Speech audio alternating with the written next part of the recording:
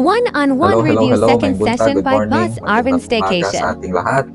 So, we are here right now sa isang review ng Menti natin. May review tayo. Ito yung final review ni Boss Arvin. Ayan. So, makita nyo yung last review niya sa first session. Ito na yung second. So, hello coach. Solid ng session 2 as newbie. Okay, newbie to siya.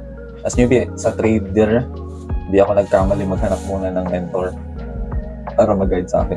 Dahil sa iyo, nagkaroon na ako ng solid na trading plan at advanced risk management na susundin ko sa trading journey ko. Kailangan ko lang sundin to consistently para di mawala sa pag-trade. Thank you ng marami coach. Ready na ako tumapak sa pag-trade.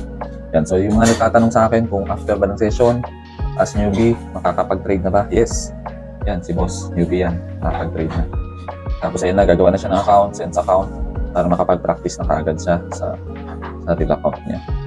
Solid, thank you sa guide review. Sabi ko ganyan. Okay? So, yan yung review natin and all the best everyone. Stay safe. Nandito kami ngayon sa naka-staycation lang kami. Chill muna saglit. Sa busy na na holiday, no? So, sige. All the best, all the best. Okay, tapos sa mga gusto pala gusto mag-staycation din dito, Airbnb. So, welcome din kayo, okay? Ganda, high quality yung dito, setup. So, ilagay ko sa link sa bio.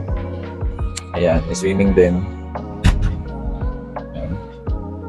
And then, sa Metro Manila ka, ayan, pwede ka dito, malakas din yung internet.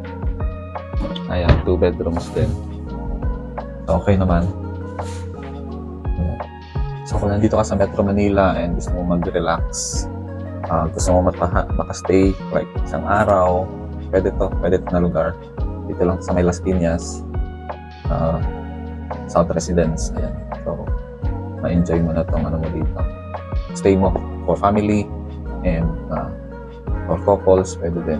Ayan, malakas yung aircon dito. Anyway, so all the best everyone. Okay, all the best. Bye-bye.